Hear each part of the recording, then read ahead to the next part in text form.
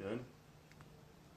Hey YouTube, I'm going to show you how to change a clutch in a 2011 YZ450f.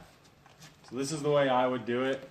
Might not necessarily be the right way, but I don't feel like changing the oil on the bike right now, so I'm just going to lay it down all the way on its side with the clutch cover facing towards us.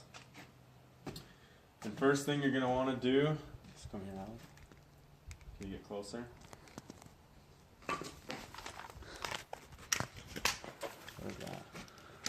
Is you're going to want to take off that brake pedal so that you can get around to this bolt right there.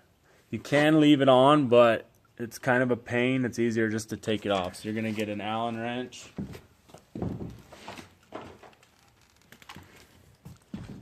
That fits in right here. Not too small. So this is a 6mm Allen wrench, and you're gonna undo this bolt right here. Maybe. Holy shit. Oh.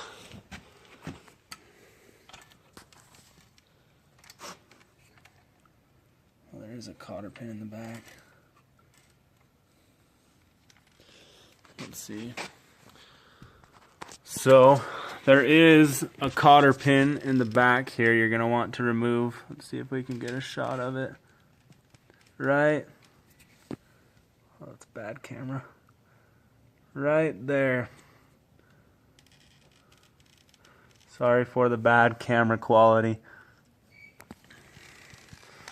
I'll take that. You can pause it. So after you remove that cotter pin that was in the back of that bolt here, you can screw this out.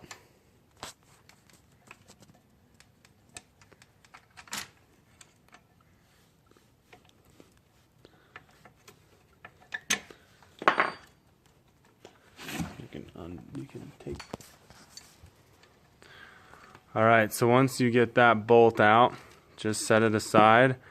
You can take this pedal and you'll be able to maneuver it out of the way, or you can grab a zip tie and pull it and zip tie it to the foot peg, if you will.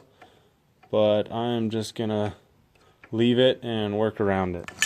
So next step is to take a socket, an 8mm, and go around and loosen all these bolts. Loosen all of them first in a circle, and just do them little by little until they're all loose, and then start to remove all of them. Yeah.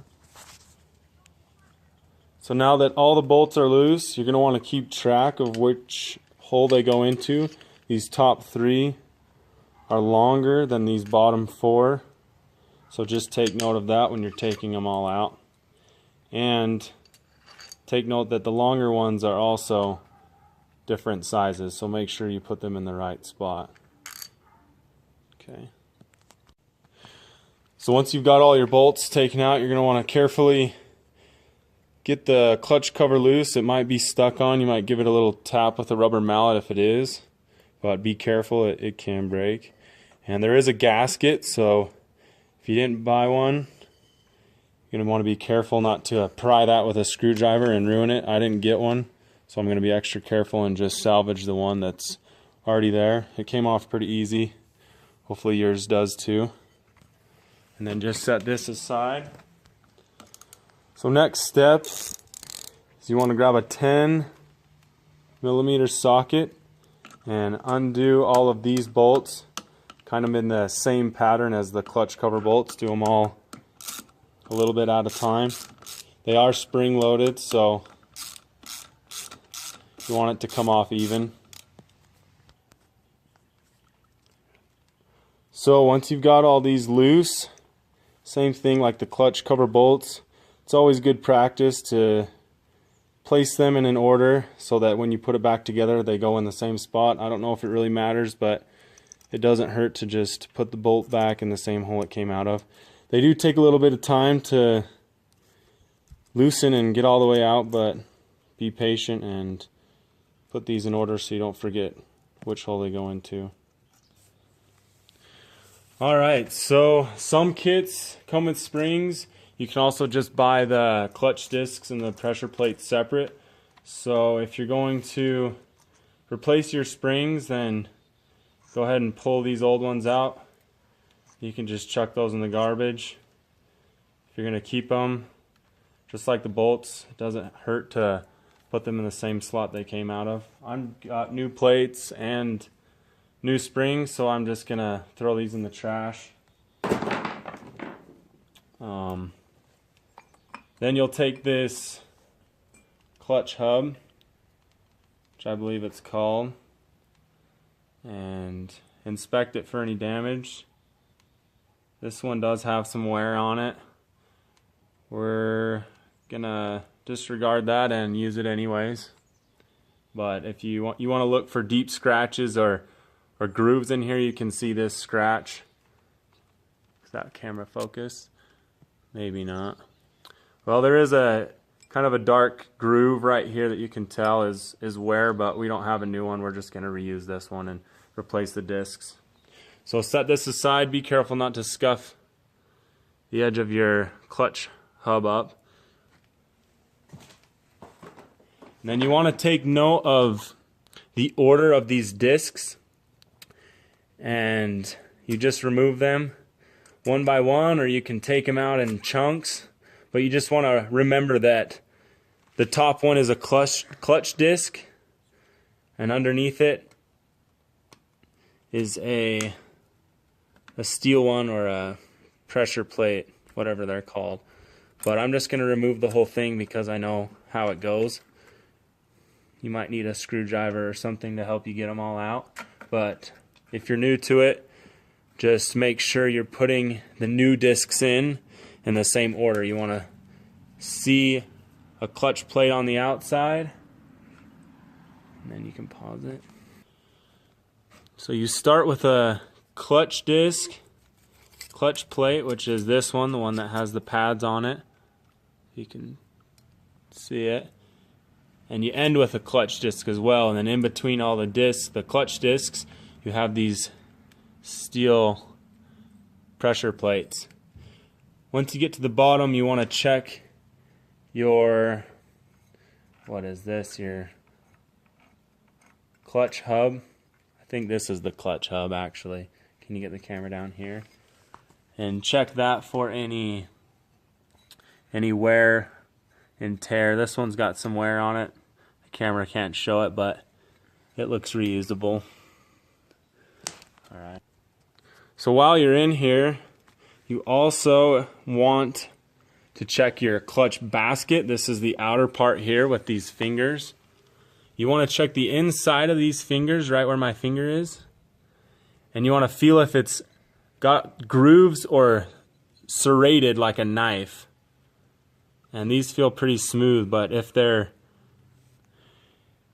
serrated, that means that your shifts are usually sticking in gears and it's not shifting real smooth because your plates, when they're in there, they get caught on the serrated edges.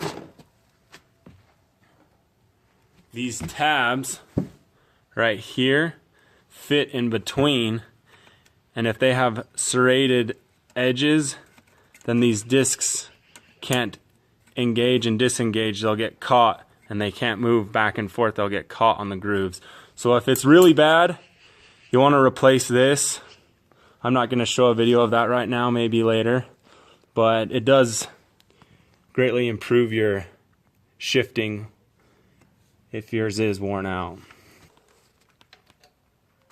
Wait, were there springs in there? So what we have here is just a Tusk high performance clutch kit. It came with new clutch discs and then pressure discs. And I also got those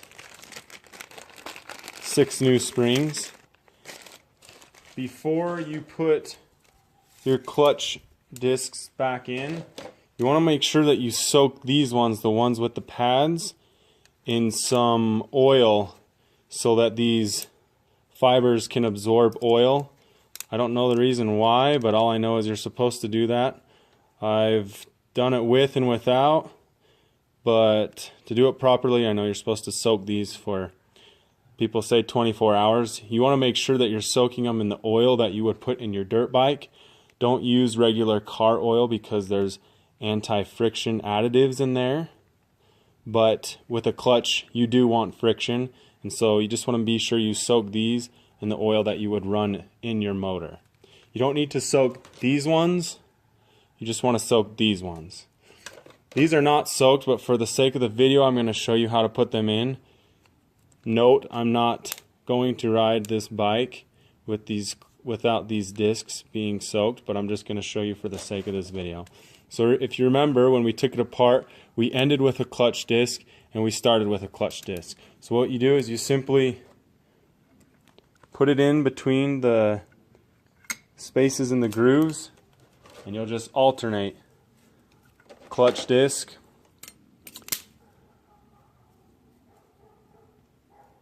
and then a pressure disc, like so.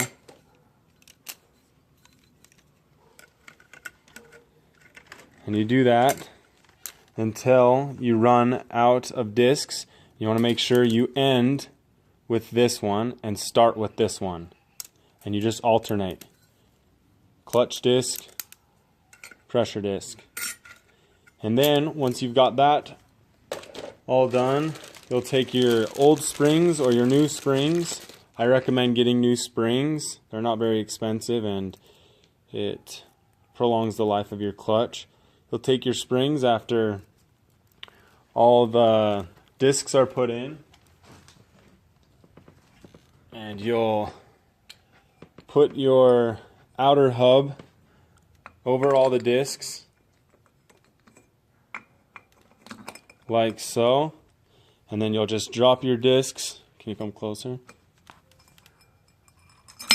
Right over where the bolts go. Like this, and then you'll take your bolts and you will put them all in, and you'll do it like a tire on a car, and you'll just do it in a star pattern until you get them pretty tight, and then you'll just go around and around. And I think the torque specs on those is something like 14 foot-pounds. Don't quote me on that. Look at your manual for the proper torque spec, but you'll just go around and tighten them up to the proper torque spec. Make sure you don't over tighten those because they can break. I've broken one of these before, so don't over tighten that. This is an expensive part right here, so you definitely don't want to over torque these. Make sure you check to make sure the proper torque spec. Then after you have that all torqued up, you'll just put the clutch cover back on and tighten up your clutch cover bolts, making sure you have the long ones on top and the 4 short ones on the bottom. The long ones were different sizes, so make sure you get the right ones in the right hole, and then you should be good to go. Thanks for watching.